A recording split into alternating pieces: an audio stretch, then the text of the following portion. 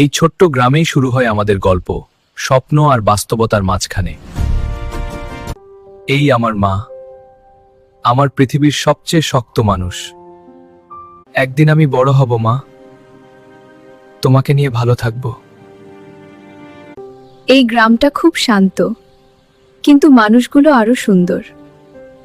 তুমি কি সবসময় এমন চুপ থাকো? স্বপ্ন বেশি হলে কথা কম হয়। ডাক্তার বলেছে অনেক টাকা লাগবে বাবা। স্বপ্ন আর দায়িত্ব, কোনটা বেছে নেব আমি? ইয়া বাবা, তোর স্বপ্ন যেন বাঁচে।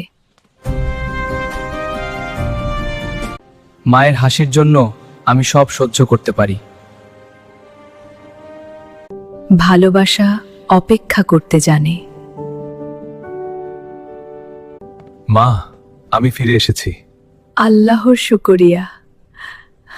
স্বপ্ন পূরণ হয় দূরে গিয়ে, সুখ পাওয়া যায় ফিরে এসে। গল্পটা যদি আপনার ভালো লেগে থাকে একটা লাইক দিন, কমেন্ট করে মতামত জানান আর প্রিয় মানুষদের সাথে শেয়ার করতে ভুলবেন না।